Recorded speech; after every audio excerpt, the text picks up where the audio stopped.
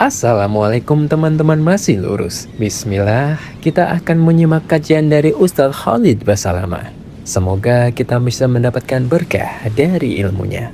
Bayangkan ya, kalau Allah cinta pada satu kaum, Allah datangkan ujian. Nanti kita jelaskan apa hikmahnya. Amal soleh harus diikuti dengan iman. Kalau tanpa iman tidak diterima.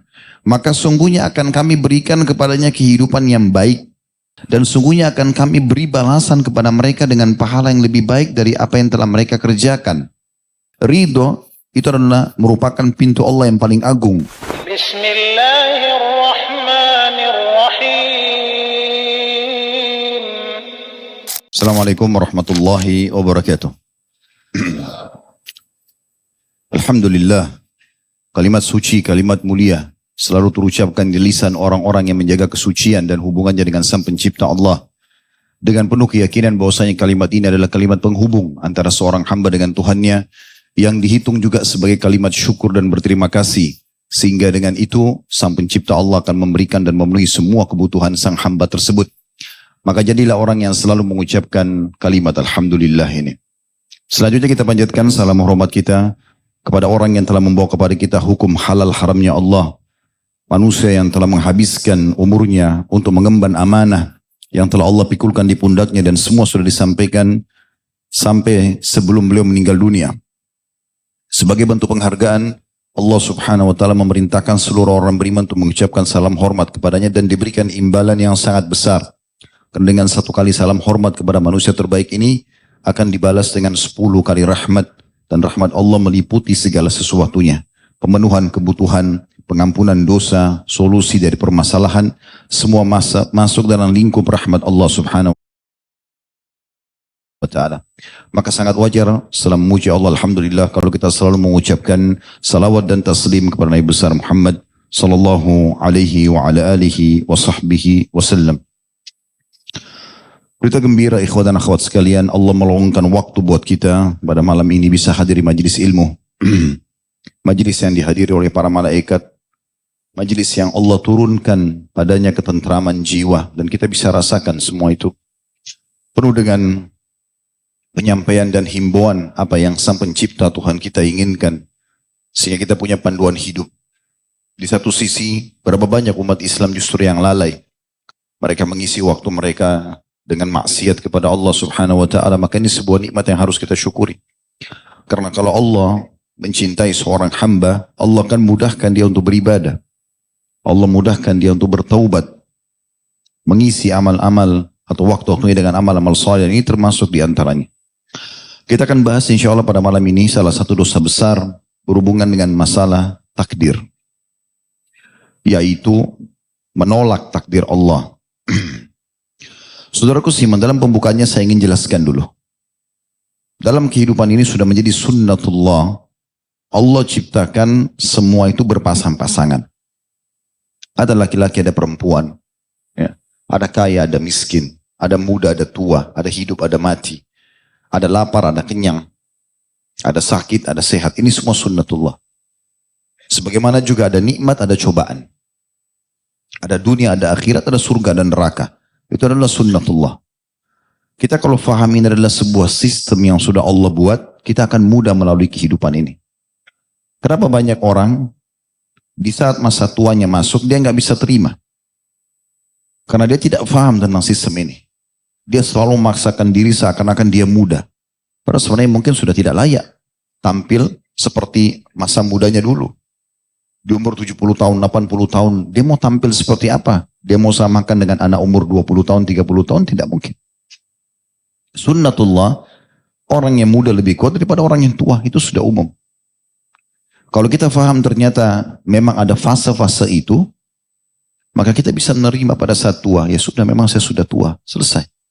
Sederhana. Di saat kita sakit, kita bisa menerima. Memang ini pasangan. Sebagaimana kita sehat, akan ada sakit. Tidak ada orang semasa hidupnya nggak pernah sakit. Ada orang di sini nggak pernah sakit? Coba angkat tangan. Saya mau kasih mikrofon biar cerita dia. Saya 40 tahun nggak pernah sakit. Oh, Masya Allah. Nggak pernah flu, nggak pernah demam, nggak pernah sakit gigi, nggak pernah sakit kepala, nggak pernah keselio. Siapa? Ada nggak? Nanti kita siapin hadiah yang besar.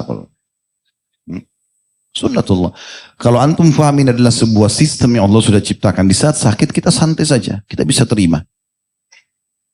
Nah itulah Allah berikan untuk mengimbangi ini. Sunnatullah ini Allah berikan kita perangkat. Di saat nikmat ada, bersyukur. Di saat cobaan ada, bersabar. Ada orang, kalau nikmat ada bersyukur, tapi ada cobaan berkeluh kesah. Ini belum menyempurnakan imannya. Syukur sama sabar, dua sayap kehidupan yang harus berimbang. Tidak boleh tidak berimbang. Kalau nikmat ada kita bersyukur, kemudian ada cobaan kita tidak bersabar, maka seperti pesawat lagi oleng. Nggak berimbang. Begitu pula sebaliknya. Ada orang pada saat diuji, dia sabar. Miskin, penyakit, dia sabar. Nggak banyak keluh kesah. Tapi begitu Allah sembuhkan, Allah kasih kekayaan, sombong. Ini juga nggak berimbang. Harusnya dia bersyukur di sini. Ini harus berimbang. Dua sayap kehidupan. Itulah yang Nabi SAW rangkumkan dalam sebuah hadis, ajaban li amri mu'min. Sungguh mengagumkan perkara orang-orang beriman. Wala yakunu dzalika illa li mu'min. Dan itu tidak mungkin dimiliki kecuali oleh orang beriman. Idza sabahu sarra syakar. Kalau Allah berikan nikmat, dia selalu bersyukur. Wa in asabahu dharra sabar. Kalau diberikan cobaan, dia bersabar. Berarti syukur sama sabar ini partner, nggak boleh dipisahkan. Jangan nikmat ada kita bersyukur, cobaan ada kita berkeluh kesah. Jangan juga ada cobaan kita bersabar, pada saat diberikan nikmat kita malah kufur. Ini nggak boleh. Nah itu kurang lebih landasan bahasan kita pada malam ini. Bahwasanya kalau sedang datang cobaan, wajib sabar dan menerima. Kapan seseorang di antara kita tidak bisa menerima keputusan Allah itu, dia masuk dalam kategori dosa. Bisa difahami ini? Baik. Kita lihat bagaimana Syekh Muhammad rahimahullah. Nanti akan lebih jelas dengan dalil-dalil contoh-contoh dan perkataan para salaf. Insya Allah. Beliau mengatakan bab as-sakhtu. Atau bab kemarahan. Maksudnya adalah marah dan memungkiri keputusan Allah pada saat datang ujian kepadanya. Dia tidak bisa terima. Kita dengarkan misalnya. Beliau mengangkat dalil pertama surah At-Taghabun ayat 11. Di sini potongan ayat, "Wa may yu'min billahi yahdi qalbah." Barang siapa yang beriman kepada Allah, niscaya dia akan memberikan petunjuk kepada hatinya. Apa maknanya? Petunjuk kepada hatinya, petunjuk apa? Dengarkan, beliau mengatakan Alqamah rahimahullah berkata, "Huwar rajulu tusibuhul musibatu faya'lamu annaha min indillahi fayarda wa yusallim." Artinya, yang dimaksud dengan Allah berikan petunjuk kepada hati orang beriman, ya, di sini bukan petunjuk untuk mengerjakan amal soleh. Dalam makna ayat ini, At-Taghabun ayat 11, beliau mengatakan, Al-Khamam mengatakan yang dimaksud dengan ayat ini adalah seseorang yang ditimpa musibah, kemudian dia mengetahui bahwasanya musibah itu datang dari sisi Allah, maka dia ridha dan berserah diri. Ini poinnya. Contoh, teman-teman lagi tidur, bangun pagi, flu. Nggak usah keluh kesah, nggak ada gunanya. Karena keluh kesah tidak menghilangkan flu-nya. Ya. Apa yang terjadi? Alhamdulillah, Allah sedang uji saya. Oke, saatnya sekarang bersabar. Kemarin waktu sehat, bersyukur. Kan gitu. Maka di situ kita bisa menerima, kita ridho. Dikuatkan lagi dengan dalil-dalil yang lain. Bahwasanya semua jenis penyakit, semua jenis gangguan yang datang menimpa seorang mukmin akan jadi pembersihan dosa-dosanya. Ada beberapa dosa teman-teman tidak bisa, tidak cukup dengan istighfar kita. Allah datangkan ujian kepadanya untuk membersihkan dosa-dosa tersebut.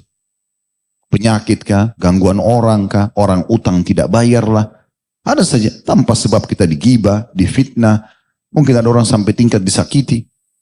Bukankah Nabi SAW dilempari kotoran unta? Bukankah Nabi SAW dilemparin batu? Bukankah Nabi SAW dikatakan penyihir? Sampai Nabi SAW mengatakan, siapapun di antara kalian yang tertimpa musibah, ingat musibahku, maka akan meringankan musibah dia. Artinya beliau saja utusan Allah, dijaga oleh para malaikat, Allah awasin langsung, masih dilempari kotoran, masih dikatakan penyihir, ada ujiannya. Meninggal, istrinya di masa hidupnya, sallallahu alaihi wasallam, meninggal anak-anaknya di masa hidup beliau. 3 anak laki-laki kesayangannya, Qasim, Abdullah, ya, kemudian Ibrahim, meninggal semua, masih kecil. Beliau berharap ada keturunan dari laki-lakinya, meninggal. Di masa hidupnya meninggal 3 anak perempuannya sekaligus, Ruqayyah, Ummu Kalsum, dan Zainab, meninggal semua. Yang hidup cuma Fatimah, meninggal semua. Cucunya Umamah meninggal di masa hidup beliau. Ujian-ujian datang. Ada di antara sahabatnya masuk Islam, Nabi SAW sambut pada saat masuk Islam, syahadat. Saking dekatnya dengan Nabi, Nabi jadikan sebagai penulis wahyu. Ternyata setelah itu murtad. Kembali ke Mekah, murtad, dan mengiklankan kemurtadannya. Tapi pada saat pembebasan kota Mekah, dia ulangi syahadatnya, Nabi SAW terima. Begitu. Hindun benci sekali dengan Islam. Sampai dia memotivasi pasukan orang-orang Quraisy untuk memutilasi korban Uhud. Para sahabat radhiyallahu alaihim. Pembebasan kota Mekah, Nabi SAW memberikan syarat jangan ada yang dibunuh kecuali 9 orang. Masuk dalamnya Hindun. Tapi pada saat dia tahu berita itu, Hindun menyelip-nyelip masuk di antara wanita. Kemudian dia masuk dalam majelis tersebut, dia ingin dengar, Nabi ini sampai apa sih sebenarnya? Kok sampai pada tingkat semua orang Jazirah Arab beriman kepadanya? Maka Nabi ingatkan, saya membaiat kalian wahai para wanita. Tidak boleh berzina, tidak boleh bunuh anak kalian, tidak boleh ini dan itu. Waktu disebut tidak boleh berzina, di Mekah dulu ada tradisi orang yang berzina itu hanya budak-budak. Kalau wanita bebas tidak mungkin berzina. Itu aib besar bagi mereka pada saat itu. Maka Hindun nyeletuk. Dia bilang, ya Rasulullah, apakah wanita bebas juga berzina? Dia tidak sadar, dia ngomong. Nabi SAW lihat, Nabi bilang, Hindun ini harusnya dibunuh. Maka dia langsung bilang, asyhadu an la ilaha illallah wa anna Muhammad Rasulullah. Syahadat langsung. Apa yang terjadi? Nabi marah, Nabi bilang dia bohong. Enggak. Nabi SAW senyum, menyambut keislamannya. Karena bagi beliau yang penting hidayah. Nabi SAW bisa gitu. Jadi jangan antum baru digibah dengan 1 orang, baru 2 orang, sudah 1 dunia tahu beritanya. Sakit flu 1 kampung tahu kalau dia sakit. Kenapa? Kenapa nggak bisa nerima keputusan Allah SWT? Kalau orang lihat sakit, iya sakit. Tapi kita iklanin ke orang untuk apa? Sabar. Karena puncak pahala di situ. Ini bahasannya. Ya. Jadi makna surat Taghabun ayat 11, kata Alqamah adalah yang dimaksud dengan siapa yang beriman kepada Allah, Allah akan berikan petunjuk hatinya, adalah seseorang yang ditimpa musibah, lalu dia mengetahui bahwasanya musibah itu dari sisi Allah, lalu dia ridho dan berserah diri. Seburuk apapun yang sedang menimpa dia, yang paling pertama dia lakukan adalah menerima keputusan Allah itu dengan bersangka baik. Nanti akan lebih jelas, step by step antum ikutin, insya Allah nanti akan lebih paham. Ada riwayat yang diangkat oleh beliau. Kalau tadi perkataan Alqamah ditulis sini diambil dari tafsir Ibnu Jarir. Dalam tafsirnya jadi 28 ayat halaman 123. Dari Anas radhiyallahu anhu haditsnya, dia berkata, Rasulullah SAW bersabda, Inna Allah idha habba qawman ibtalahum, faman radiyah falahur ridha, wa man sakhita fa'alaihi sakhtu. Rawahu Tirmidzi wa hassanahu. Sesungguhnya Allah bila mencintai satu kaum, maka Allah akan menguji mereka. Allah datangkan penyakit, gangguan orang. Bayangkan ya, kalau Allah cinta pada satu kaum, Allah datangkan ujian. Nanti kita jelaskan apa hikmahnya. Sesungguhnya jika Allah mencintai satu kaum, maka Allah menguji mereka. Barang siapa yang ridho dengan ujian itu, tadi bangun tidur sakit, ya, jalan lagi ke selio, digibah oleh orang, difitnah oleh orang, ada yang curi uangnya dan segala macam. Dia ridho, ya sudah ini berarti keputusan Allah SWT. Sambil ikhtiar tentunya. Tapi dia menerima itu keputusan Allah. Maka baginya ridho. Allah akan ridho dengan dia, maksudnya Allah akan berikan dia jalan keluar, Allah akan berikan gantinya. Dan ini saksi bahasannya. Dan siapa yang marah, maka baginya murkah. Marah gak bisa terima. Kok saya sakit sih? Kok hujan sih? Kok macet sih? Semuanya keluhan. Loh sekarang kalau dia ucapin begitu memang hilang tiba-tiba? Kan tidak mungkin. Kok bisa sendal saya dicuri? Terus dengan dia ucapin itu sendalnya kembali? Kan tidak. Ujian sedang datang. Ingat, passwordnya sabar. Sebagaimana kalau nikmat ada, bersyukur. Makin jelas ya.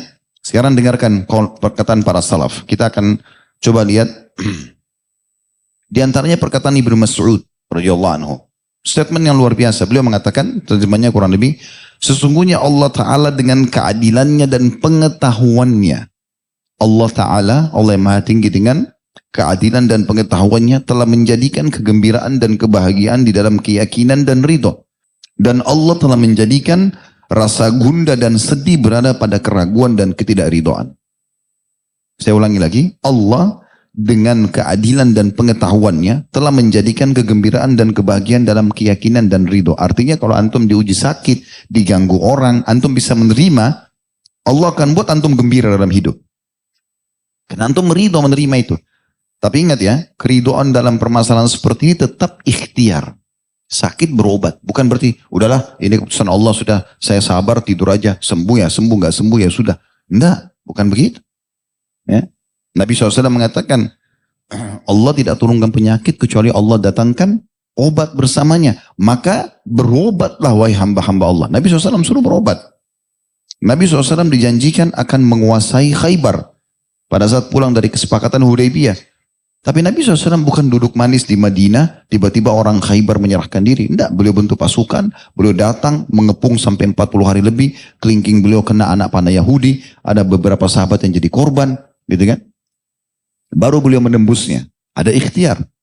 Tapi yang sedang kita bahas garis bawah adalah, awal datang cobaan tersebut, terima dulu. Sebagaimana kalau nikmat ada kita, terima. Ini ciri khasnya orang Islam, ini ciri khas orang mukmin. Abu Muawiyah al-Aswar, mengomentari firman Allah subhanahu wa ta'ala dalam surah An-Nahl, surah nomor 16 ayat 97, yang kurang lebih terjemahannya, maka sungguhnya akan kami berikan kepadanya kehidupan yang baik. Ini ayat yang bagus tentang orang-orang beriman ya. Saya coba bacakan lengkap ayatnya. Man amila salihan min dzakarin aw unsa wa huwa mu'minun falanuhyiyannahu hayatan thayyibah wa lanajziyannahum ajrahum bi ahsani ma kanu ya'malun. Barang siapa yang mengerjakan amal saleh, semua ketaatan yang Allah perintahkan, baik laki-laki maupun perempuan dalam keadaan dia beriman. Syaratnya itu. Iman dan amal soleh harus diikuti dengan iman. Kalau tanpa iman tidak diterima. Maka sungguhnya akan kami berikan kepadanya kehidupan yang baik. Dan sungguhnya akan kami beri balasan kepada mereka dengan pahala yang lebih baik dari apa yang telah mereka kerjakan. Garis bawahi di sini firman Allah subhanahu wa ta'ala tentang potongan, maka sungguhnya akan kami berikan kepadanya kehidupan yang baik. Orang yang beramal saleh dan beriman akan diberikan kehidupan yang baik. Hayatan thayyibah. Apa yang dimaksud di sini? Kata Abu Muawiyah al-Aswar, rahimahullah, beliau mengatakan, yang dimaksud dengan ayat ini adalah ridho dan rasa qanaah, menerima apapun keputusan Allah. Itu yang dimaksud dengan kehidupan yang bagus atau baik. Artinya, kalau sedang ada nikmat, dia bersyukur. Sedang ada cobaan, dia bersabar. Nah, itu berarti dia diberikan kehidupan yang baik. Subhanallah, saya selalu terinspirasi dengan kisah Urwah bin Zubair rahimahullah. Beliau anaknya Zubair bin Awam, sahabat Nabi yang mulia, salah satu dari 10 yang jamin surga. Ini Urwah ulamanya tabi'in. Satu waktu pernah kakinya diamputasi karena penyakit yang menimpanya. Dan pada saat itu, bersamaan dengan anak pertamanya laki-laki, yang dia persiapkan untuk menggantikan dia menjadi ulama, hafal Al-Quran, hafal banyak hadis, meninggal juga. Orang-orang banyak takziah ke rumahnya. Ada orang yang mengatakan sabarlah, ya, anakmu mendahulumu ke surga, gitu kan. Begitu juga dengan anggota tubuhmu, maksudnya kakinya yang diamputasi. Semua orang mengucapkan kata-kata, Urwah sambut dengan senyum. Terakhir setelah tamunya semua duduk, dia mengatakan, Alhamdulillah, yang telah mengambil satu kakiku dan membiarkan kedua tangan dan satu kaki lagi. Artinya, satu diambil masih ada 3. Coba bagaimana mereka memandangnya. Dia bisa bilang, Alhamdulillah, kakinya hilang loh ya. Ini bukan kuku copot, bukan baju hilang, bukan cuma pulpen hilang. Kakinya diamputasi, gak bisa jalan lagi. Zaman dulu gak ada kaki palsu. Tapi dia bisa bilang, Alhamdulillah, yang telah mengambil satu kakiku dan membiarkan 3. 2 tangan dengan 1 kaki. Dan beliau mengambil potongan kakinya yang diamputasi, lalu beliau mengangkat sambil mengatakan, Alhamdulillah, yang telah memudahkan pada saat engkau sedang diamanahkan oleh Allah di tubuhku 40 tahun tidak pernah aku pakai maksiat. Begitu bahasanya. Lalu beliau mengatakan, kebetulan beliau punya 4 orang anak. Beliau mengatakan, dan Alhamdulillah, Allah mengambil 1 anakku, Allah masih meninggalkan 3 untukku. Maka segala puji bagi Allah atas sebuah nikmat itu. Coba bayangkan. Itu level yang luar biasa tuh. Di saat cobaan datang, dia masih bisa bersabar dan bersangka baik dengan Tuhannya. Nanti akan kita sebutkan beberapa contoh dalam Al-Quran yang tidak asing sama antum. Bagaimana di pandangan orang pada saat itu sebuah musibah. Tapi ternyata di akhirnya dilihat adalah sebuah nikmat yang melimpah. Berapa kali terjadi dalam hidup seseorang, dia tadinya mau nikah sama fulan, terus tidak jadi. Mungkin dia menyesal awalnya, tapi setelah berjalan waktu baru dia tahu ternyata musibah ini orang. Gitu. Kalau dia jadi menikah mungkin jadi masalah buat dia. Sebelum pandemi dulu pernah saya ceritakan itu ya, salah satu dokter di Ummul Qura pernah menyampaikan dan saya dengarkan secara langsung. Beliau mengatakan ada kisah tentang seseorang mau menikah dengan wanita dan dia sangat mencintai wanita tersebut, dia melamar diterima, gembira sekali. 2 bulan sebelum pernikahan, sudah tentukan nih 3 bulan sebelumnya, 2 bulan pas sebelum pernikahan, perempuan itu batalkan. Tanpa sebab. Dia panggil orang tuanya, pokoknya saya tidak mau nikah sama laki-laki, dia tolong batalkan. Disampaikan ke laki-laki itu bilang sama orang tuanya, ada apa? Gak tahu, kami juga tidak tahu. Di lobi, dia berusaha bilang perempuan itu tidak mau tahu. Kata Dr. Muhammad, dalam penyampaian beliau, saya lihat sendiri teman saya ini. Setiap kali sholat, setiap antara azan dan iqamah, doanya itu.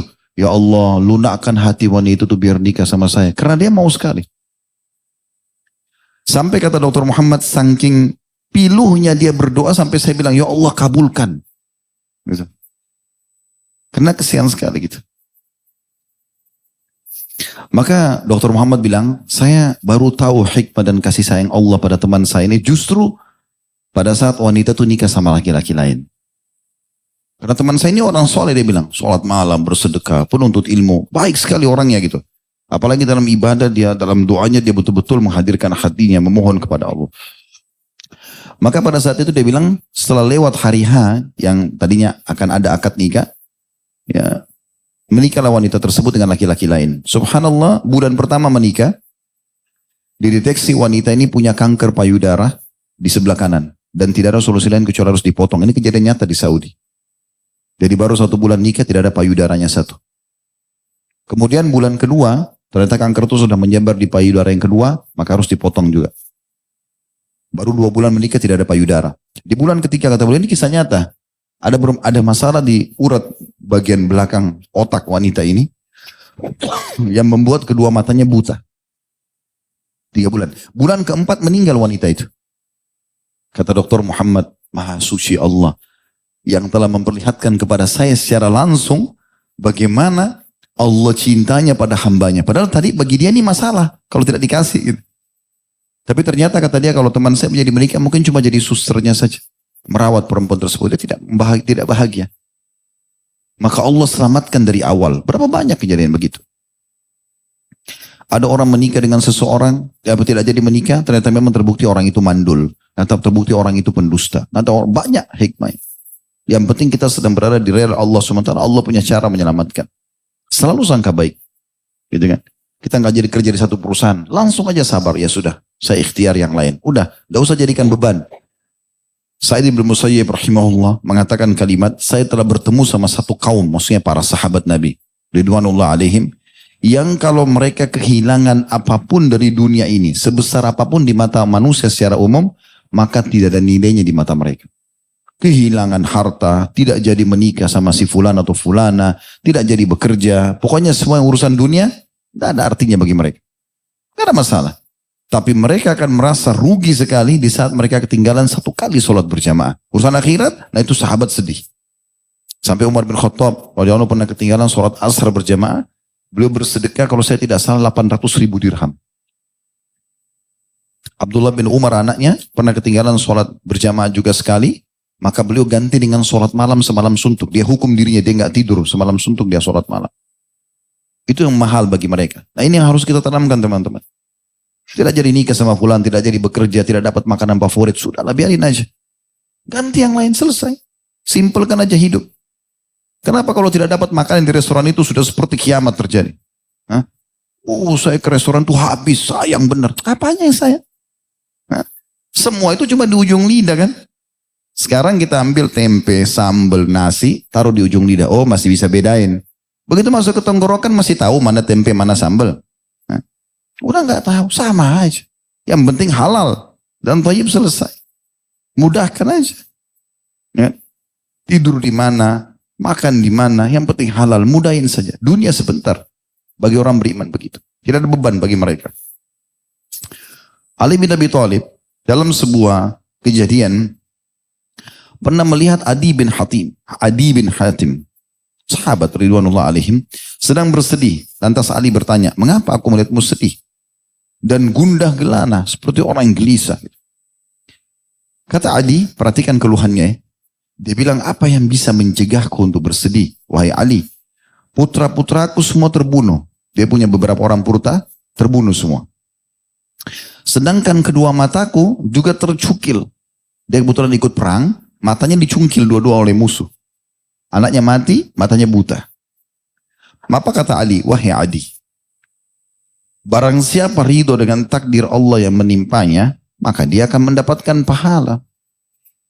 Artinya kalau kau ridho ini, Allah sudah putuskan begini, ya sudah kau jalani dan sabar sambil ikhtiar, kau dapat pahala.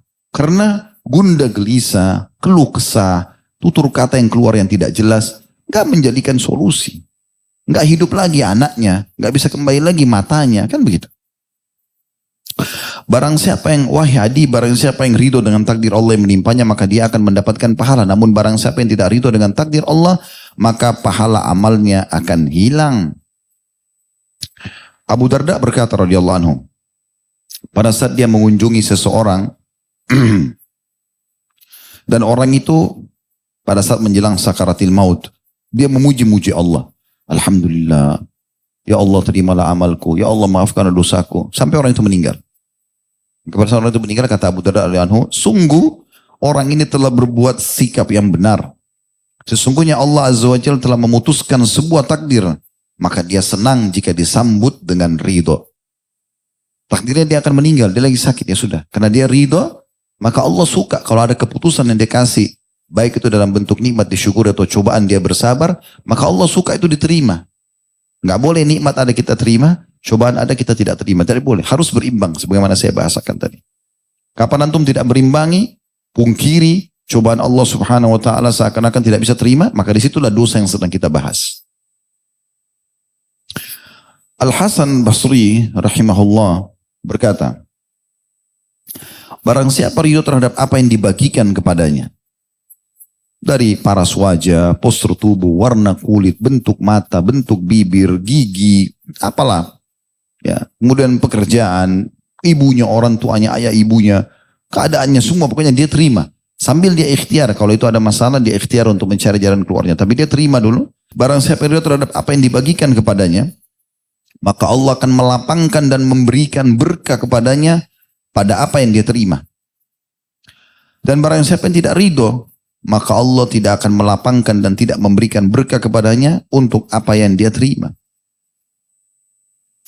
Umar bin Abdul Aziz rahimahullah, seorang khalifah muslim yang masyhur, ya, sampai diberikan julukan Khalifah Rashidah yang kelima karena solehnya. Dia mengatakan, kurang lebih terjemahannya, tidak ada rasa gembira kecuali setelah merasakan takdir Allah dalam bentuk musibah. Saya ulangi, tidak ada rasa gembira yang harusnya muncul di hati seorang mukmin kecuali setelah merasakan takdir Allah dalam bentuk musibah. Lalu ditanya, apa menurutmu nyaman? Umar mengatakan, apa yang ditakdirkan oleh Allah Azza wa Jalla semuanya nyaman. Maksudnya kalau sedang ada ujian, justru orang mukmin disitulah puncak kegembiraan yang harus dia munculkan. Alhamdulillah, Allah masih uji saya. Ada bahkan sebagian salaf teman-teman, kalau berlalu 1 tahun tidak ada ujiannya, dia malah bersedih.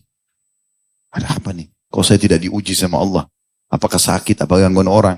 Karena dia merasa Allah kalau cinta Allah akan uji. Tadi saya janji akan sebutkan hikmahnya, subhanallah saya lupa.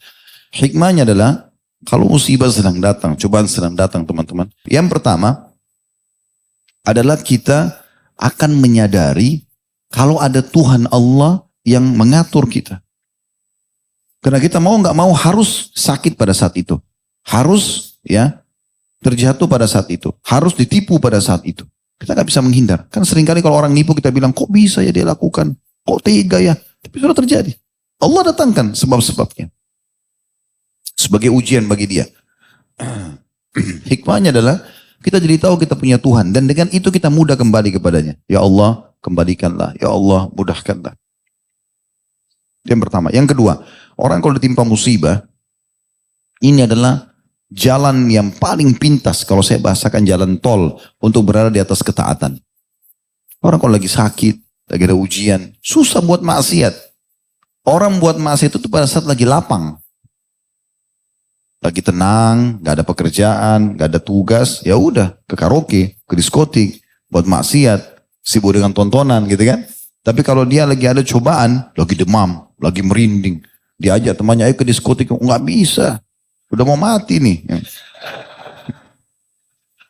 Nah, kan berhenti dari dosa kan.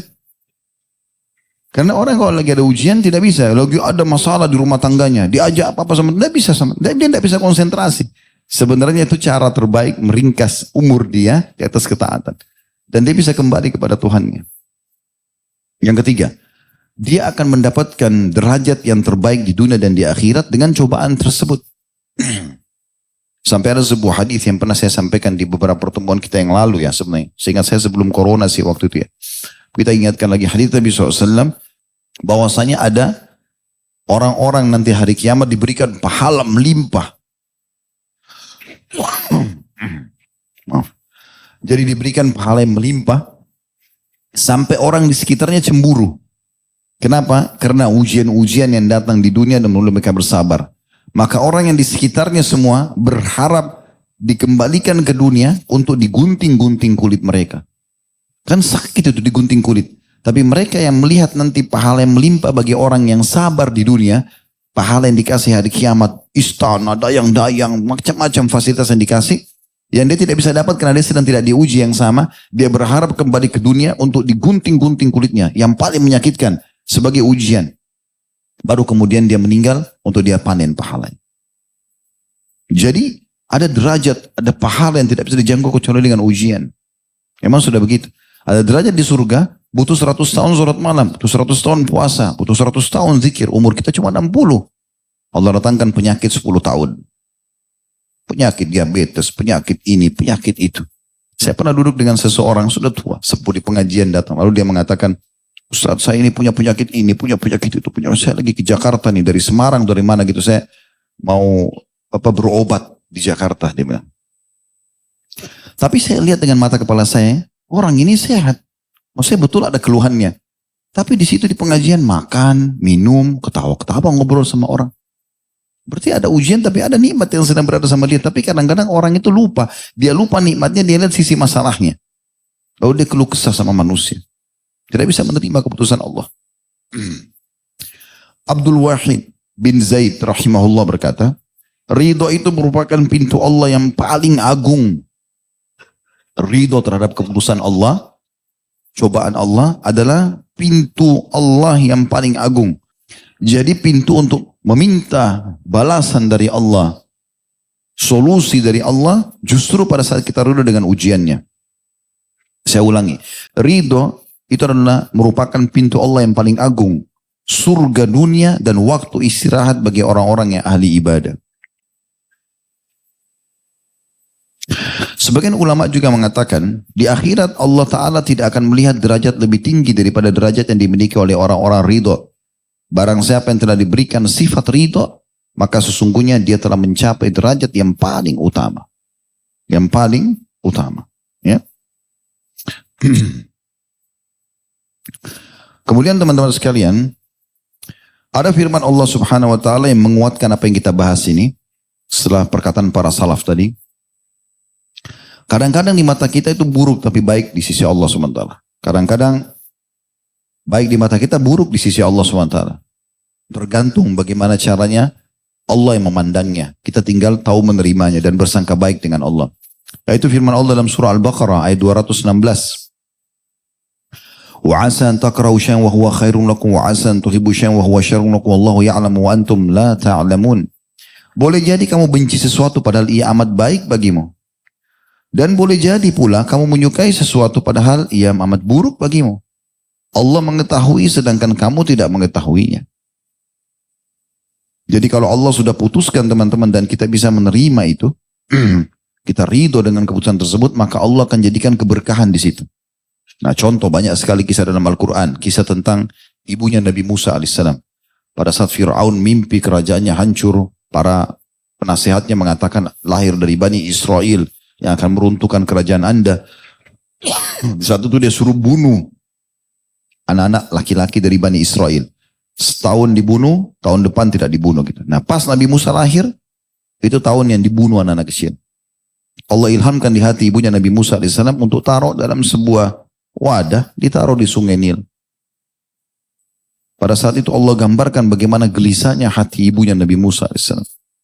Kata Allah, kalau bukan kami tetapkan kokoh-kokohan dalam hatinya, maka mungkin dia akan tidak sadarkan diri.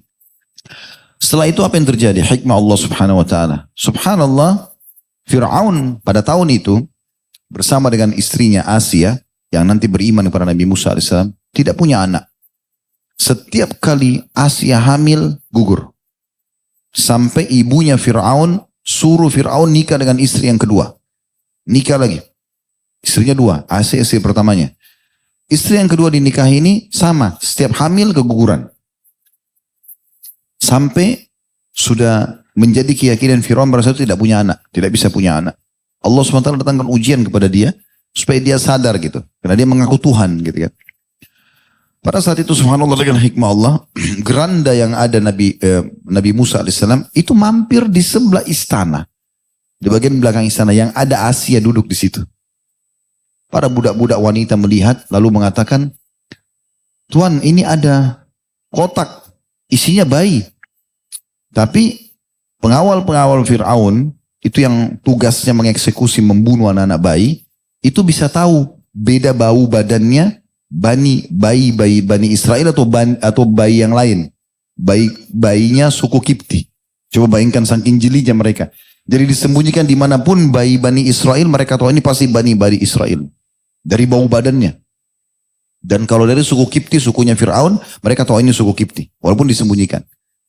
Maka begitu dicium bau badan Nabi Musa, ini Bani Israel. Mereka mau tebas. Kata Aisyah, jangan dulu.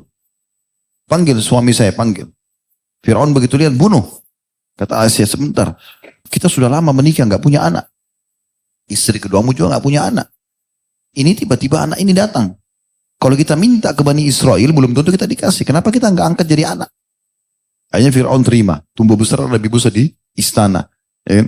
Sampai tidak mau menyusui kecuali oleh sama ibunya. Asia gelisah sampai akhirnya ibunya tawarkan diri, ibunya susui. Sampai tumbuh besar dan nanti akhirnya ketahuan.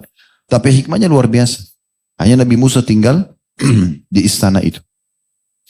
Bagaimana kisah anak kecil yang dibunuh oleh Nabi Khidir. Surah Kahfi antum selalu baca malam Jumat atau hari Jumat. Selalu diulang-ulangi. Nabi Musa minta belajar kepada Nabi Khidir karena dia pernah bilang, tidak ada orang di muka bumi Allah yang paling pintar mengalahkan saya. Kata Jibril AS pada saat datang, hai Musa, Allah berfirman kalau ada yang lebih pintar daripada kamu, datanglah ke sini dan ke situ dikasih isyarat tentang tempatnya Nabi Khidir. Pergilah Nabi Musa ke sana, lalu kemudian dia ingin belajar. Nabi Khidir mengatakan syaratnya ada satu, jangan kau tanya apapun yang saya kerjakan. Nah di antara yang dilakukan adalah yang pertama jebolin kapal, terus yang kedua membunuh anak kecil. Nah waktu bunuh anak kecil belum balik. Kan tidak masuk akal. Tapi Nabi Khidir gak banyak bicara. Langsung bunuh selesai. Nabi Musa pungkiri. Sudah Nabi Khidir mengatakan, kan sudah saya bilang jangan tanya. Kalau kau nanya berarti berhenti nih. Baik, saya tidak akan bertanya lagi. Kejadian yang ketiga, masuk ke satu negeri, satu kampung. Ada tembok mau rubuh, kemudian mau diperbaiki oleh Nabi Khidir. Nabi Musa mengatakan dia tidak tegur, cuma kasih masukan. Dia mengatakan, kan penduduk negeri ini tidak terima kita sebagai tamu. Kalau kau perbaikin tembok ini, mintalah supaya kita diberikan izin untuk tinggal di sini. Maka Nabi Khidir mengatakan, mulai sekarang kita pisah. Gak bisa lagi. Karena kau bertanya, belum saya jelaskan. Syarat belajar itu. Dengarin dulu semua, nanti saya akan jelaskan. Maka baru dijelaskan. Kalau kapal yang saya bolongin itu, karena di situ ada raja-raja, yang memang selalu mengambil kapal-kapal yang bagus. Kalau saya bolongin sedikit, dia lihat ada cacatnya, dia tidak akan ambil. Lain-lain ini kesian. Allah yang suruh itu, bukan saya. Nabi Musa tadi tidak paham. Kemudian anak kecil yang saya bunuh, karena anak kecil ini, nanti kalau dia besar, dia akan ajak orang tuanya kufur. Sementara ibu bapaknya orang saleh. Maka Allah perintahkan saya membunuhnya. Saya tidak berdosa karena Allah yang suruh anak kecil ini meninggal, belum balik, dan ayah ibunya akan digantikan anak yang saleh. Kalau tembok itu saya tidak minta balasan, karena memang Allah yang suruh di bawah tembok itu, ayah anak, tembok itu pemiliknya anak yatim. Ayahnya waktu meninggal menanamkan harta di situ buat mereka. Jadi saya perbaikin itu jangan sampai tembok itu rubuh, masyarakat berebut harta karun itu. Nanti kalau mereka sudah balik, baru Allah rubuhkan, mereka akan ambil hak mereka. Jadi hikmah-hikmah yang luar biasa terjadi di situ. Banyak sekali terjadi. Nah ini, dan ada sekian banyak kisah teman-teman sekalian berhubungan dengan masalah-masalah hal ini. Tapi ketahuilah, semua itu pasti dengan hikmah Allah subhanahu wa ta'ala, tinggal bagaimana kita bisa menerimanya. Allahu a'lam. Alhamdulillah, semoga channel Masih Lurus bersama Ustadz Khalid Basalamah kali ini bisa membawa manfaat, menambah ilmu, serta ketakwaan kita kepada Allah. Wassalamualaikum warahmatullahi wabarakatuh.